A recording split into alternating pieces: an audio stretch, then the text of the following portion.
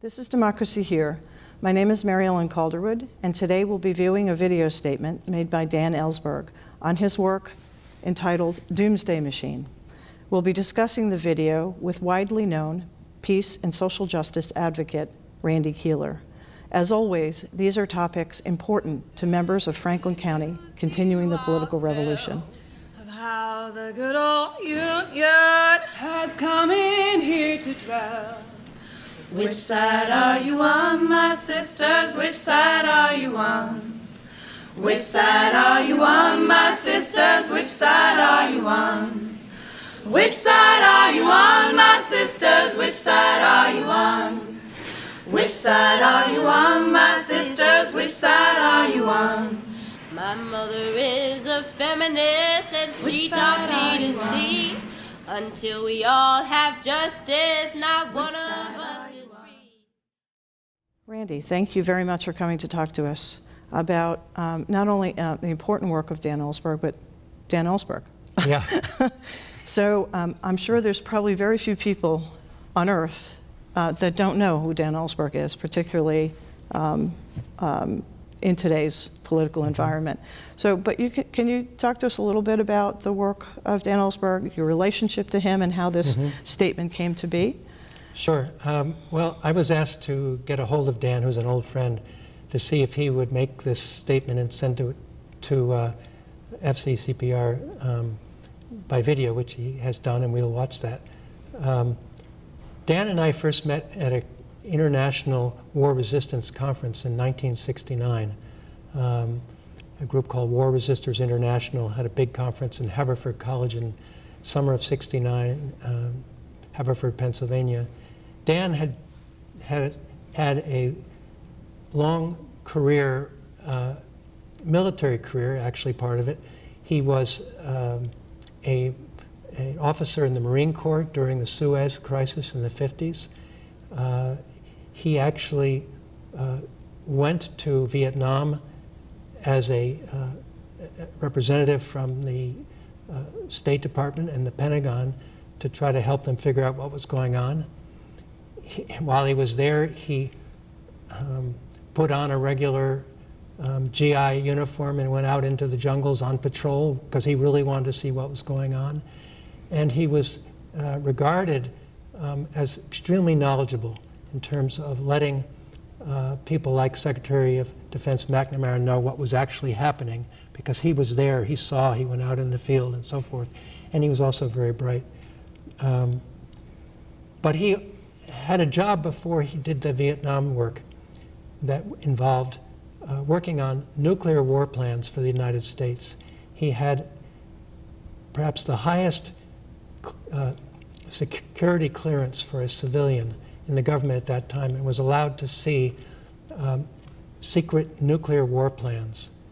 And as he describes in his recent book, which is the Doomsday Machine, he was aghast to discover what in fact we were prepared to do and would do. It was the plan if in fact we felt that we were ever threatened by nuclear weapons from another country, particularly the Soviet Union. And the plans called for, well, I don't want to update his statement. You'll hear this. Yeah, but in any case, he, as people know, Dan Ellsberg was known for releasing the Pentagon Papers, which made a huge contribution to ending the Vietnam War. He faced 115 years in prison for that, and finally the case was thrown out of court because of attempt to undermine the judge on the part of the Nixon administration. So thank goodness for that. So Dan had this in his mind, what could he do to try to interrupt, again, the propaganda of the Vietnam War, but also the nuclear war. He had access to this information that he felt virtually no other civilians had. And so while he did decide not to release secret documents, which he had in his possession about nuclear war planning back in the late 60s, he did release the Vietnam Papers, called the Pentagon Papers. And only now has he finally succeeded in putting together all the documents he had from the nuclear war situation into this recent book, The Doomsday Machine. And what's amazing about it is that on one hand, Dan is telling us that we are on the absolute edge of apocalypse. If not by deliberate use of nuclear weapons, then by accident. And we've had so many near misses in terms of nuclear accidents that could have taken out major parts of the United States and perhaps the whole globe. Yeah. And now with nuclear weapons even more powerful, way, way more powerful than they were, he talks about the danger of nuclear winter, which is to say that the dust that would be kicked up just from the dropping of these nuclear bombs would make life on Earth virtually inhabitable for all creatures, for plants, for humans, for everything. Right. It would be a nuclear winter. So anyway, Dan is an amazing, wonderful guy and has been a lifelong friend. We've been good friends ever since 1969. Well, you know, be willing to go to prison that Yeah. precipitated his. So Right, that's what he you says. have a major part in this. So so let's watch the video and then have a conversation about it. Great. Hello, hi, this is Dan Ellsberg. In 1969, I met Randy Kehler for the first time, and if I hadn't done that when he announced that he was on his way to going to prison, I would not have put out the Pentagon Papers, nor published the substance of the material that's in my new book, The Doomsday Machine, Confessions of a Nuclear War Planner. The documents supporting the substance of that latter book were in my top secret safe at the Rand Corporation, reflecting more than a decade of work on nuclear war planning, nuclear command and control, and nuclear crises, first use threats, other things that I'd worked on, first from the Rand Corporation as a consultant to the Defense Department and the White House, and then for a while as an official in the Defense Department before I went to Vietnam in 1965. So these documents dated essentially from 1958 to 1965.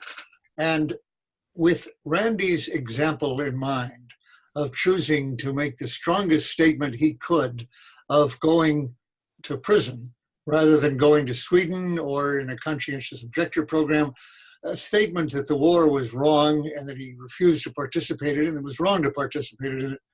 Without that example, he wouldn't have put the thought in my mind, what can I do to help end this war now that I'm ready to go to prison? Which I was when I considered that it was the right thing for Randy to do and was right for me to do. And the first step I took was to copy the Pentagon Papers, which was a history of Vietnam from 1945 to 1968. The war was still going on now in 69, and I knew it would continue to go on.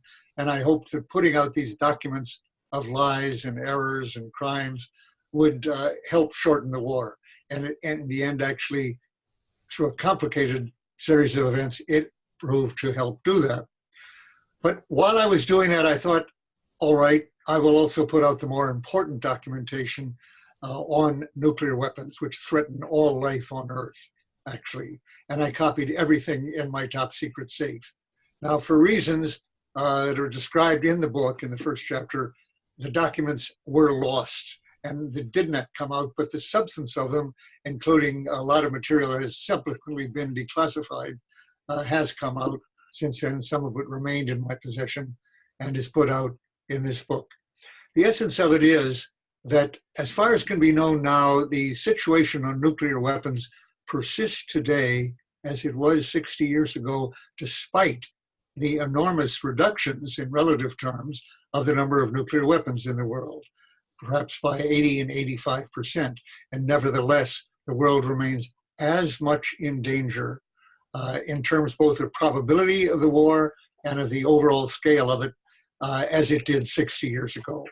In short, where the possibility of these plans being actually carried out and the preparations we've been making for carrying out the threats and the plans have continued and resist, the scale of them is enormously greater than it was back in 1961 when I was working on this.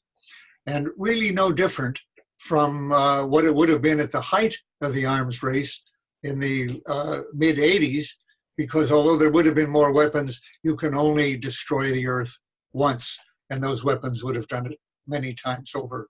Not destroying the Earth, but most people on it. One thing that I reveal in this at the very beginning of the book is that the number of casualties from our own attack in 1961, when I worked on this, were estimated to be not nearly everyone on Earth, although that was a mistake. It would have done that to near extinction. But the estimated scale was, to make it short here, 600 million people from our own attack, 100 Holocausts. That was the report to the president from the Joint Chiefs of Staff as an answer to a question that I myself had drafted and was sent to them in the name of the president, John F. Kennedy. 600 million. It was clear to me that that was insane and immoral. In fact, no policies ever in human experience have more deserved the description as insane and immoral, and that remains true today. Now, the reality, which we didn't know then, but has been known for 35 years now, is that, in fact, the casualties from our own attack would not have been only 600 million, but rather, as a result of the smoke being lofted into the stratosphere by firestorms on the cities we were burning, would have resulted in like 150 million tons of black smoke and soot, which would have reflected and absorbed sunlight to the extent of reducing sunlight reaching the Earth by 70%. And that would cause the temperatures on the Earth to fall to, even in summer and spring, to levels we haven't seen since the last ice age. It would, above all, kill all the harvests. And since in the world there are about 60 days supply at any time of food for the whole world, concentrated in some countries more than others, including our own, everyone would starve, nearly everyone, within a year or so. Perhaps the US one of the last to go because of our stocks of food, but we too would go as a result of our own attack on what was then the Soviet Union, or now Russia, which would indeed burn enough cities to cause that effect. Now, as I reveal in the book, there are a number of myths about the nature of this predicament, moral catastrophe that is awaiting us. One is, for example, that our weapons exist only to deter attack, nuclear attack on us, or a nuclear attack on our allies. That has never been true. And it can be seen rather easily by an important quote from Dr. Herb York, the nuclear physicist who was the first head of the Livermore Nuclear Weapons Design Laboratory, part of the University of California, one of the two labs that designed all of our nuclear weapons, the other one being Los Alamos. York said later at a meeting actually in the last year of the Cold War, 1990, addressed the question of how many weapons would be needed to deter nuclear attack. And he quoted McGeorge Bundy on this question, who had been the national security advisor to President Kennedy and Johnson. Bundy said, in the real world of real political leaders, I'm quoting now, whether here or in the Soviet Union, a decision that would bring even one hydrogen bomb on one city of one's own country would be recognized as a catastrophic blunder. 10 bombs on 10 cities would be a disaster beyond human history. And 100 bombs on 100 cities, unthinkable. Well, unthinkable needs to be put in context there. Our plans have always, since really the end of the Truman administration, involved many more than 100 bombs on 100 cities. So unthinkable is not quite the right word. However, York infers from this the answer to his question of how many would be needed to deter the kind of enemy rational enough to be deterred. And he started with 1 bomb, but said 1 to 10 to 100, and closer to 1 than 100. Now, you don't have to be a nuclear physicist to find that thoroughly plausible. but that was in 1990. In 1986, the US had 23,317 nuclear warheads, and Russia had 40,159, for a total of 63,836 weapons together. 63,000, with the US having 23,000. Keep in mind that something between 100 and 200 weapons on cities, we now know and have known since 1983, still during the Cold War, but 35 years ago, that something between 100 and 200 on cities, the unthinkable message, which number which Bundy had said, which is in fact a tiny fraction of what we intend in the event of a war to burn, would cause nuclear winter or kill nearly everyone on Earth. One other thing needs to be kept in mind. Both of them are talking about thermonuclear weapons, H-bombs, fusion weapons. Few Americans today knew or remember the difference between the A-bomb that destroyed Hiroshima or Nagasaki and the H-bomb that came along some 9 years later.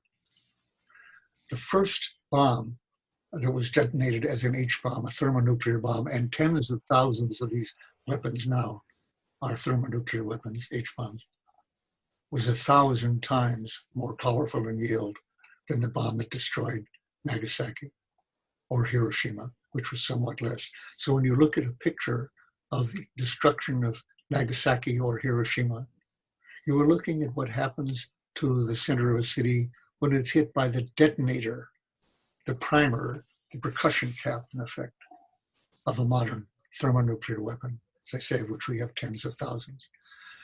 It follows, obviously, that it's a myth that the weapons are intended to deter nuclear attack, since they exceed by such a fantastic proportion the number that would be needed for that. Second, the actual use of these weapons is to attack the opponents, in our case, Russia's thermonuclear weapons, to keep them from exploding on us, to attack them first in the US first strike. And that has always been true, that's determined the size of our weapons arsenal, and that's true today. In other words, it is a myth that we would never strike first.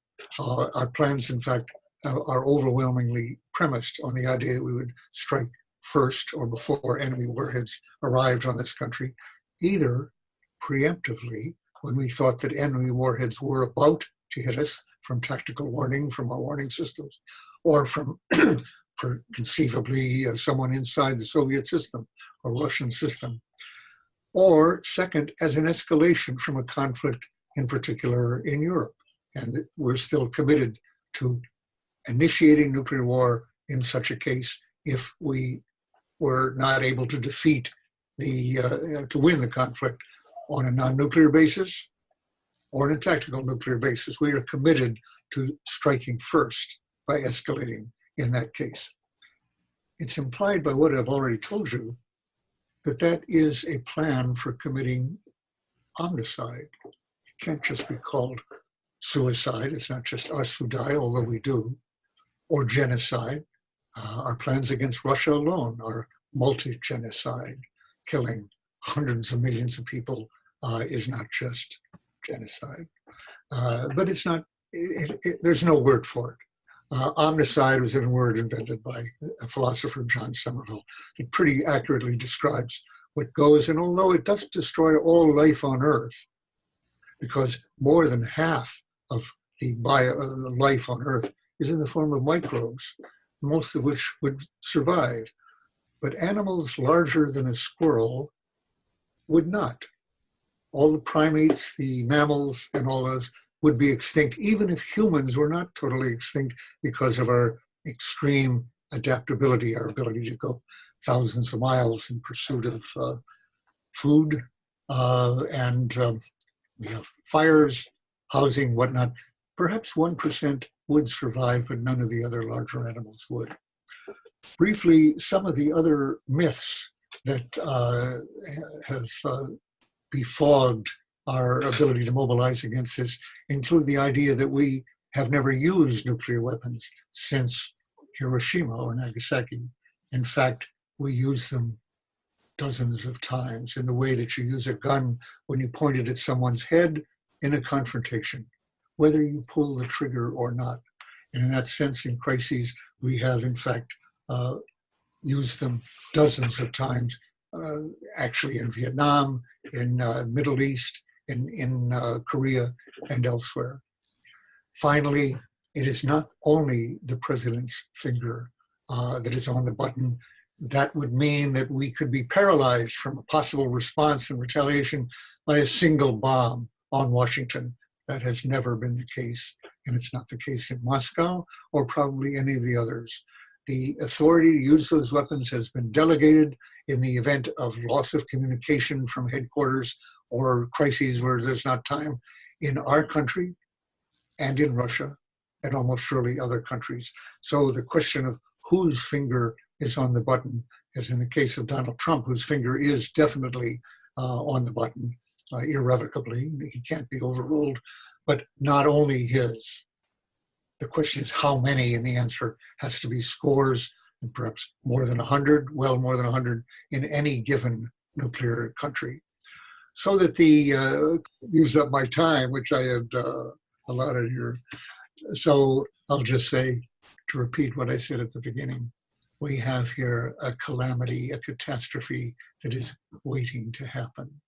Is it possible for us to change the situation by taking the hair triggers, the launch on warning, vulnerable ICBMs out of commission, to reduce numbers down to less than the possibility of nuclear winter? Well, it may be too late or may not, but I propose to act as if we on the Titanic have not yet hit the iceberg, even though we are, like the Titanic, sailing it, moving ahead at full speed through an iceberg-laden sea with no moonlight. We're moving ahead like that. But I propose to act as if we hadn't yet hit it and do what we can to mutiny from these insane policies and change course. Thank you. So Randy, that video was hard to hear. It was actually came at the tail end of the whole duck and cover world. I remember actually lining up in the hallway of my elementary school for reasons that were completely unknown to me. It was just, okay, everybody get in the hallway and cover your head. There was no information. For me, there was no, as an elementary school student, there's no like preparing for why is this happening. And it feels like when he mentions 100 Holocausts, I think all he has to do is mention 100 Holocausts, and to me, that's urgency. And particularly with a completely unhinged president that we have, person in charge. So what do we do? I mean, what do we do other than inform people and keep talking about it and keep bringing the truth in front of people? Where are we here in combating this threat to a threat of nuclear war and the button pushing by whoever pushes the button? Right. You know, I think, Maryelen, one of the most important things is what Dan Ellsberg was saying at the end, that to never assume it's too late. And secondly, never assume there's nothing we can do or the public at large. Not just the public at large, but us as individuals.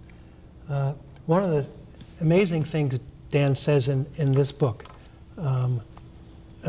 which I urge everyone to read, is that there has never been a full briefing to the United States Congress, or he says to any other national legislature in Russia or other countries, a full briefing so that at least our elected representatives know what's the targeting strategy for their nuclear weapons.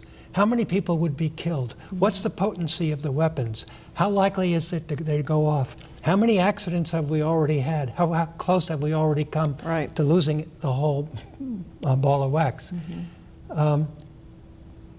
we are in a situation of staggering ignorance, and to some extent, I think, deliberate ignorance. We don't want to know, but we must find out. And we must understand that our own, not only survival, but our own liberation as human beings depends on us penetrating the secrecy, the myths, the propaganda, coming to grips with it and insisting that our elected representatives come to grips with it also. And come to grips with it by actually talking about it, by actually bringing it forward and having conversations with constituents and going before Congress and reporting out, basically what is really behind all of this. And it's not only, as he said, the threat isn't only our response to an attack, it's that we can actually push the button ourselves, There need to be televised public hearings on this, on the scale of the Watergate hearings, in which there is expert testimony that is demanded, subpoenaed from these so-called nuclear experts to reveal what Dan is telling us to everyone, and then let us come to grips with it once we know. And that's the only way we can fight any of this, right? Yeah. Is if we're informed, and if we're not paralyzed by fear. Yeah. And so that's not the political world that we live in right now. We are paralyzed by fear, particularly since we have someone who threatens us, who terrifies us every day with his own rhetoric. And so it really is, we're sort of in charge of this, aren't we? What I also was struck about was, even though there's a lot of doom, I mean, the title of his book is Doomsday, right? There's also, he seems to have a lot of hope that we can get a handle on this. There was a statement that that he had made. Well, I want to say that at the very end of his book, there's this wonderful statement he makes. In conclusion, is it simply quixotic to hope to preserve human civilization from either the effects of burning fossil fuels or preparing for nuclear war? And then he quotes Martin Luther King.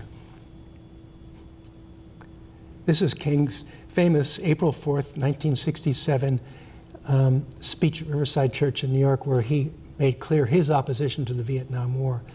But he says, we must move, this is King now, we must move past indecision to action. If we do not act, we shall surely be dragged down the long, dark, and shameful corridors of time, reserved for those who possess power without compassion, might without morality, and strength without sight. Now let us begin. Let us rededicate ourselves to the long and bitter but beautiful, beautiful struggle for a new world. And I think that's where Dan ends, on that kind of hopefulness. That's a great place to sort of. And I think it's important to say we cannot let ourselves off the hook here. Even though we haven't been told the truth, it is up to us to dig and find out the truth, and to stop being distracted by all the other things in modern life that take us away from truth seeking. Yeah, well, hopefully the work that we do, Franklin County Continuing the Political Revolution, is a small part of that. It's a big part. Yeah. Well, I want to thank you so much for talking to us today. You're welcome. Pleasure to be here. Thank you. This has been Democracy Here. Thank you all for watching. Which side are you on, my sisters? Which side are you on? My father was a carpenter, now he's with the air and sun. But he'll be with his fellow workers till the battle's won. Which side are you on, my sisters? Which side are you on? Which side are you on, my sisters? Which side are you on? They say in Milwaukee, cleansed by Great Lake water, you'll either be a Union man or a thug for Skywalker. Which side are you on, my sisters? Which side are you on? Which side are you on, my sisters? Which side are you on? Which side are you on, my sisters? Which side are you on? Which side are you on, my sisters? Which